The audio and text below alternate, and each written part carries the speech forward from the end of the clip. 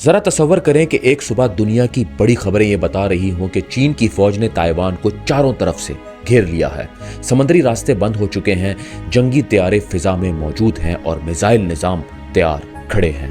America अपने बहरी जहाज इलाके की तरफ रवाना कर देता है। जापान अपनी फौज को चौकस कर देता है और पूरी दुनिया की नजरें एक छोटे से जजीरे पर जम जाती हैं। सवाल यह है कि ताइवान आखिर इतना अहम क्यों है कि इसके लिए चीन और अमेरिका जैसी एटमी ताकतें आमने सामने आ सकती हैं। इस सवाल का जवाब समझने के लिए हमें ताइवान की पूरी तारीख जानना होगी। ताइवान मशरिकी एशिया में वाक़ एक जजीरा है। इसके मगरिब में चीन, शुमाल मशरिक में जापान और जनूब में फिलिपाइन मौजूद है। चीन और ताइवान के दरमियान समंदर का एक हिस्सा जिसे आबनाए ताइवान कहा जाता है, बाज मकामात पर दोनों के दरमियान फासला तकरीबन 130 किलोमीटर रह जाता है।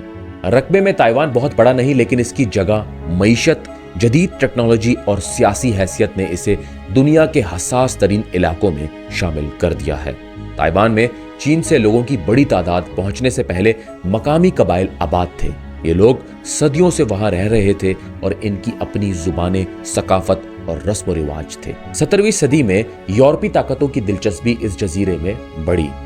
1624 में डिच लोगों ने ताइवान के जनूबी हिस्से में अपना मरकज कायम किया। कुछ अरसे बाद हिस्पानवी लोग शुमाली इलाके में पहुंचे, लेकिन डिच फौज ने इन्हें वहां से निकाल दिया। 1662 में चीन के मिंग खानदान के हामी एक फौजी रहनुमा जेंग चेंग गोंग, जिसे कोसिंगा भी कहा जाता है, ने डिच हुक्मरानों को शिकस्त देकर ताइवान पर कब्जा कर लिया। इसके बाद चीन से मजीद लोग जजीरे में आबाद होने लगे। 1683 में चीन के चिंग खानदान ने ताइवान को अपने इख्तियार में ले लिया। इब्तिदा में चिंग हुकूमत ताइवान को एक दूर दराज सरहदी इलाका समझती थी, लेकिन वक्त के साथ इसकी अहमियत बढ़ती गई। 1885 में इसे बाकायदा सूबा बना दिया गया। 19वीं सदी के आखिर में चीन और जापान के दरमियान कोरिया और मशरिकी एशिया में असर रसूख के मामले पर जंग शुरू हो गई। इस जंग को पहली चीन जापान जंग कहा जाता है। 1895 में चीन को शिकस्त हुई। मुआहिदा शेमोनोसेकी के तहत चिंग हुकूमत ने ताइवान जापान के हवाले कर दिया। इस तरह ताइवान तकरीबन 50 साल तक जापान के कब्जे में रहा। जापानी दौर में सड़कें, रेलवे, बंदरगाहें, तालीमी इदारे और सनती निज़ाम कायम किए गए, लेकिन ये सब एक नौआबादियाती हुकूमत के तहत हुआ। जापानी हकाम ने अपनी जुबान और सकाफत को फरोग दिया, जबकि मुखालफत करने वालों को सख्ती से दबाया गया। ताइवान के लोगों को जापानी सल्तनत का हिस्सा बनाने की कोशिश की गई। दूसरी आलमी जंग के दौरान जजीरा जापान के लिए एक अहम फौजी और सनती मरकज बन गया। 1945 में जापान दूसरी आलमी जंग हार गया। इसके बाद ताइवान का इंतजाम जमहूरिया चीन की हुकूमत के हवाले कर दिया गया।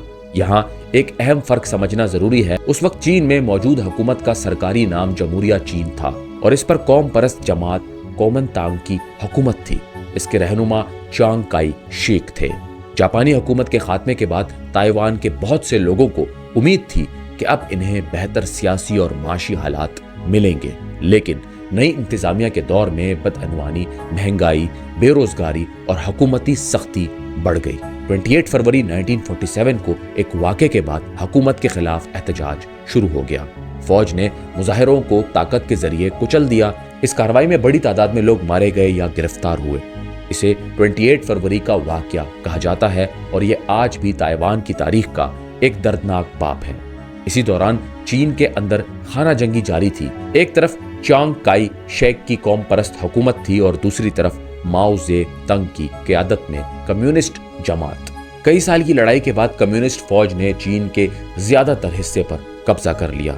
1 अक्टूबर 1949 को माओ जे तंग ने बीजिंग में अवामी जमहूरिया चीन के कयाम का ऐलान कर दिया। चांग काई शेक अपनी हुकूमत, फौज और तकरीबन 12 लाख हामियों के साथ ताइवान चले गए।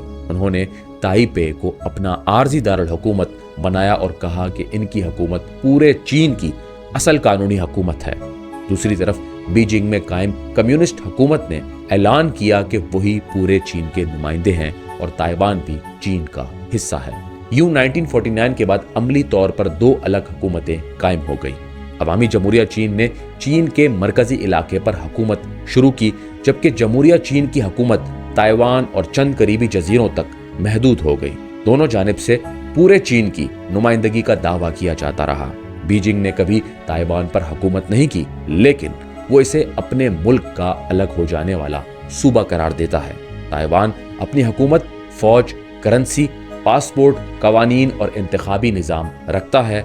इब्तिदा में अमेरिका चियांग काई शेक की हुकूमत से मायूस था और ताइवान के दिफा में बराह रास्त शामिल होने का इरादा नहीं रखता था। फिर जून 1950 में कोरिया की जंग शुरू हो गई। अमेरिका को खदशा हुआ कि एशिया में कम्युनिस्ट ताकत तेजी से फैल रही है। अमेरिकी सदर हैरी ट्रूमैन ने 7वां बहरी बेड़ा आबनाए ताइवान में भेज दिया। इस इकदाम ने चीन को फौरी तौर पर ताइवान पर हमला करने से रोक दिया। 1950 की दिहाई में ताइवान के करीब वाक़या छोटे जजीरों पर चीन और ताइवान के दरमियान शदीद गोलाबारी हुई। 1954 से 1955 और फिर 1958 में आबनाए ताइवान के बहरान पैदा हुए। चीन ने किनमिन और मात्सो जैसे जजीरों को निशाना बनाया जो चीनी साहिल के करीब होने के बावजूद ताइवान के कंट्रोल में थे। अमेरिका ने ताइवान की मदद की और दोनों ममालिक ने दिफाई मुआहदा भी किया। इस दौर में खतरा पैदा हुआ कि मामूली जजीरों की लड़ाई बड़ी जंग में तब्दील हो सकती है, मगर मुकम्मल तसादुम टल गया। ताइवान के अंदर चियांग काई शेक ने सख्त आमिराना हुकूमत कायम की। 1949 से कई दिहाइयों तक मार्शल लॉ नाफिज रहा। सियासी मुखालफिन को गिरफ्तार किया गया, अखबारात पर पाबंदियां लगी और हुकूमत के खिलाफ आवाज उठाना खतरनाक समझा जाता था। इस दौर को व्हाइट टेरर यानी सफेद दहशत का जमाना कहा जाता है। हजारों अफराद को जेल, तशद्दुद, जबरी गुमशुदगी या मौत का सामना करना पड़ा। इस सख्त सियासी माहौल के साथ ताइवान की मईशत तेजी से तरक्की करने लगी। जमीन की इस्लाहात की गई, तालीम को बेहतर बनाया गया, सनतें कायम हुई और बरामदात में इजाफा हुआ।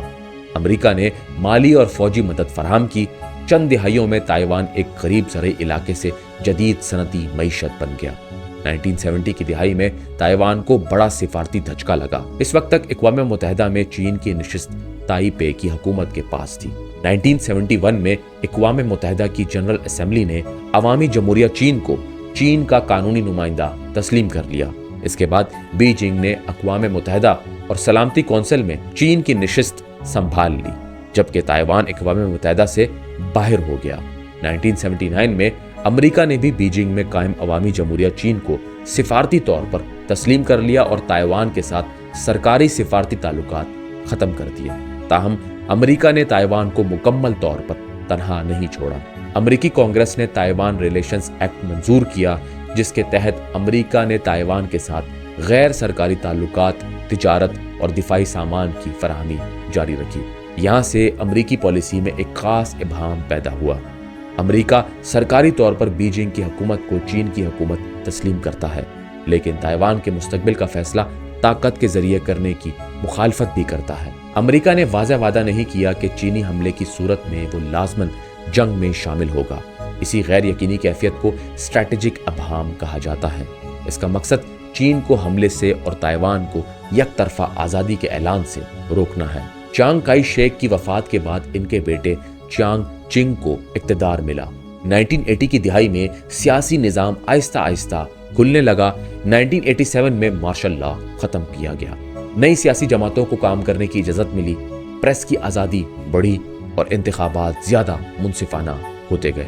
1996 में ताइवान में पहली बार सदर का बराह रास्त इंतखाब हुआ। इस तब्दीली के बाद ताइवान एक जमहूरी निज़ाम बन गया। चीन को ये खदशा था कि जमहूरियत मजबूत होने से ताइवान की अलग शनाख्त बढ़ेगी। 1995 और 1996 में चीन ने ताइवान के करीब मिसाइल तजुर्बात और फौजी मशकें शुरू कर दी। मकसद ताइवान के वोटरों और क़यादत पर दबाव डालना था। अमेरिका ने 2 बहरी जंग ग्रुप इलाके में भेज दिए। चीन ने बराह रास्त हमला नहीं किया और इंतखाबात अपनी जगह हुए। ये तीसरा आबनाए ताइवान बहरान था। वक्त गुजरने के साथ ताइवान में 2 अहम सियासी सोचें सामने आई। कुओमिंतांग जमात चीन के साथ बेहतर ताल्लुकात और बातचीत की हामी रही, जबकि डेमोक्रेटिक प्रोग्रेसिव पार्टी ताइवान की अलग शनाख्त पर ज्यादा जोर देती है। तमाम रहनुमा फौरन बाज़ाब्ता आज़ादी का ऐलान नहीं करते, क्योंकि इन्हें मालूम है कि ऐसा कदम जंग का सबब बन सकता है। चीन का मौक़िफ़ है कि ताइवान चीन का लाजमी हिस्सा है और दोनों को एक दिन दोबारा मुत्तहद होना चाहिए। बीजिंग पुरअमन इत्तेहाद को तरजीह देने का दावा करता है, लेकिन इसने फौजी ताकत के इस्तेमाल से दस्तबरदार होने का वादा नहीं किया। 2005 में चीन ने अलहदगी मुखालिफ कानून मंजूर किया। इस कानून के मुताबिक अगर ताइवान बाज़ाब्ता तौर पर चीन से अलग होने की कोशिश करे या अगर बीजिंग को पुरअमन इत्तेहाद की उम्मीद खत्म होती दिखाई दे तो चीन गैर पुरअमन ज़राए इस्तेमाल कर सकता है। ताइवान के बहुत से शहरी अपनी मौजूदा हालत बरकरार रखना चाहते हैं। इसका मतलब यह है कि वो ना फौरी तौर पर चीन के साथ इत्तेहाद चाहते हैं और ना ऐसा बाकायदा ऐलान जिससे जंग शुरू होने का खतरा पैदा हो जाए। ताइवान अमलन अलग हुकूमत के तौर पर चल रहा है, लेकिन इसकी बैनुल-अक़वामी हैसियत पेचीदा है। दुनिया के ज़्यादातर ममालिक बीजिंग के साथ सिफारती ताल्लुकात रखते हैं। सिर्फ चंद ममालिक ताइवान को सरकारी तौर पर तस्लीम करते हैं। ताहम मुतादिद रियासतें इसके साथ गैर रस्मी तिजारत और राब्ते जारी रखती हैं। अब सवाल यह है कि आज ताइवान दुनिया के लिए पहले से ज़्यादा अहम क्यों बन चुका है? इसकी एक बड़ी वजह सेमीकंडक्टर चिप्स हैं। ये बारीक electronic chips mobile phone, computer, गाड़ियों, तिब्बी मशीनों, मसनूई ज़हानत की निज़ाम, मवासलाती आलात और जदीद हथियारों में इस्तेमाल होती है। ताइवान की कंपनी TSMC दुनिया की अहम तरीन चिप बनाने वाली कंपनियों में शामिल है और जदीद तरीन चिप्स की तैयारी में मरकजी किरदार अदा करती है। अगर ताइवान के गिर्द जंग या बहरी नाकाबंदी होती है तो चिप्स की पैदावार और तरसील मुतासिर हो सकती है। इससे दुनिया भर में मोबाइल फ़ोन, कंप्यूटर, गाड़ियाँ और दूसरी मसनूआत महंगी या नायाब हो सकती हैं। फैक्ट्रियाँ रुक सकती हैं और आलमी मंडियों में शदीद मंदी आ सकती है और सप्लाई चेन का बहरान पैदा हो सकता है। इसी वजह से ताइवान का मसला सिर्फ ज़मीन का तनाज़ा नहीं बल्कि आलमी मईशत और जदीद टेक्नोलॉजी का मामला भी है। ताइवान जोग्राफियाई लिहाज से भी बहुत अहम है। ये उन जजीरों की एक जंजीर के दरमियान वाक़या है जो जापान से फिलिपाइन तक फैली हुई है। इस इलाके को फर्स्ट आइलैंड चीन कहा जाता है। अगर चीन ताइवान पर कब्जा कर लेता है तो इसकी बहरिया के लिए मगरिबी बहरल काहिल में आगे बढ़ना आसान हो सकता है। इससे जापान, फिलिपाइन, अमरीकी फौजी अड्डों और अहम समंदरी रास्तों पर दबाव बढ़ेगा। दूसरी जानिब चीन ताइवान को अपनी कौमी वहदत का नामुकम्मल मसला समझता है। चीनी क़यादत के लिए इत्तेहाद सिर्फ फौजी या माशी मकसद नहीं बल्कि हुकूमत की साख और कौमी शनाख्त से भी जुड़ा हुआ है। बीजिंग समझता है कि अमरीका ताइवान को चीन के खिलाफ इस्तेमाल करता है। अमरीका का कहना है कि वो अपनाए ताइवान में अमन, आज़ाद तिजारत और ताकत के जरिए मौजूदा हालत तब्दील करने की मुखालफत करता है। हालिया बरसों में चीन ने ताइवान के इर्द गिर्द जंगी तैयारों, बहरी जहाज़ों और फौजी मशकों में इजाफा किया है। बाज़ मशकों में जजीरे को घेरने, बंदरगाहें रोकने और अहम अहदाफ पर हमले की मशक की गई। इन सरगर्मियों का मकसद ताइवान पर दबाव डालना, इसकी फौज को थकाना और चीन की जंगी तैयारी दिखाना है। चीन के पास मुकम्मल हमले के अलावा दूसरे रास्ते भी हैं। वो ताइवान की बहरी नाकाबंदी कर सकता है, तिजारती जहाज़ों की तलाश शुरू कर सकता है, किसी छोटे ज़ेर इंतज़ाम जजीरे पर कब्जा कर सकता है या फिर बिजली और मवासलाती निज़ाम को नुकसान पहुंचा सकता है। ऐसी कार्रवाई मुकम्मल जंग से कम दिखाई दे सकती है, लेकिन ताइवान और अमेरिका को फैसला करना होगा कि जवाब दिया जाए या खामोशी इख्तियार की जाए। यही वो मकाम है जहां आलमी जंग का खतरा पैदा होता है। अगर चीन ताइवान पर हमला करता है और अमेरिका फौजी मुदाखलत करता है तो दुनिया की दो बड़ी ताकतें बराह रास्त जंग में दाखिल हो जाएंगी। दोनों ममालिक एटमी हथियार रखते हैं। लड़ाई सिर्फ ताइवान तक महदूद रहने की जमानत नहीं होगी। अमेरिका के कई अहम फौजी अड्डे जापान में मौजूद हैं। ताइवान के करीब किसी बड़ी कार्रवाई में इन अड्डों का इस्तेमाल हो सकता है। अगर चीन इन पर हमला करता है तो जापान भी जंग का हिस्सा बन सकता है। फिलिपाइन ने भी अमेरिका को बाज़ फौजी मकामात तक रसाई दे रखी है। ऑस्ट्रिया अमेरिका का करीबी इत्तेहादी है और किसी बड़े बहरान में मदद फराहम कर सकता है। इस तरह एक इलाकाई तसादम मुख्तलिफ ममालिक को अपनी तरफ खींच लेगा। जंग शुरू होने के लिए ज़रूरी नहीं कि कोई मुल्क पहले दिन मुकम्मल हमले का मंसूबा बनाए। खतरनाक सूरत गलत अंदाजे से भी पैदा हो सकती है। मिसाल के तौर पर एक जंगी त्यारा दूसरे त्यारे से टकरा जाए, कोई मिसाइल गलत सिमत में चला जाए, बहरी जहाज़ों में तसादम हो जाए या फौजी मशक को हकीकी हमला समझ लिया जाए। ऐसी हालत में चंद घंटों के अंदर फैसले करने पड़ सकते हैं और एक गलत कदम हालात को बेकाबू कर देगा। अमेरिका और चीन के दरमियान जंग की सूरत में साइबर हमले भी बड़े पैमाने पर हो सकते हैं। बैंकिंग निज़ाम, बिजली घर, सैटेलाइट, बंदरगाहें, इंटरनेट और फौजी राब्ते निशाना बन सकते हैं। आलमी तिजारत का बड़ा हिस्सा एशिया के समुद्री रास्तों से गुजरता है। अगर یہ راستے غیر محفوظ ہو جائیں تو تیل، گیس، خوراک اور دوسری ضروری اشیاء کی قیمتیں تیزی سے بڑھ سکتی ہیں۔ اس کا اثر پاکستان سمیت ان ممالک پر بھی پڑے گا جو ایندھن، مشینری، الیکٹرانکس اور صنعتی سامان درآمد کرتے ہیں۔ تیل مہنگا ہونے سے ٹرانسپورٹ اور بجلی کے اخراجات بڑھیں گے۔ موبائل، کمپیوٹر، گاڑیاں اور ان کے پرزے مہنگے ہو سکتے ہیں۔ چین اور امریکہ دونوں کے ساتھ تعلق رکھنے والے ملکوں پر کسی ایک جانب کھڑے ہونے کا دباؤ بھی آ سکتا ہے۔ کیا اس کا مطلب ہے کہ تیسری عالمی جنگ ضرور شروع ہونے والی ہے؟ نہیں۔ چین، امریکہ اور تائیوان تینوں جانتے ہیں کہ جنگ کا نقصان بہت بڑا ہوگا۔ تائیوان پر سمندر کے راستے حملہ ایک پیچیدہ فوجی کارروائی ہے۔ چین کو فوج، ٹینک، ہتھیار اور سامان اپنائے تائیوان کے پار لے جانا ہوگا۔ تائیوان کا پہاڑی جغرافیہ، محدود ساحلی مقامات، موسم اور دفاعی تیاری حملہ آور فوج کے لیے مشکلات پیدا کر سکتے ہیں۔ چین کی معیشت عالمی تجارت سے جڑی ہوئی ہے۔ بڑی جنگ کی صورت میں پابندیاں، سرمایہ کاری میں کمی اور برآمدات کا نقصان ہو سکتا ہے۔ امریکہ کو بھی فوجی جانی نقصان، مہنگائی اور معاشی بحران کا سامنا کرنا پڑے گا۔ تائیوان کے شہر، صنعتیں اور بنیادی ڈھانچہ تباہ ہو سکتا ہے۔ اسی باہمی نقصان کی وجہ سے تمام فریق اب تک کھلی جنگ سے بچتے آئے ہیں۔ اصل خطرہ یہ نہیں کہ کوئی رہنما لازماً عالمی جنگ چاہتا ہے۔ اصل مسئلہ یہ ہے کہ چین اپنے اتحاد کے مقصد سے پیچھے ہٹنے کو تیار نہیں۔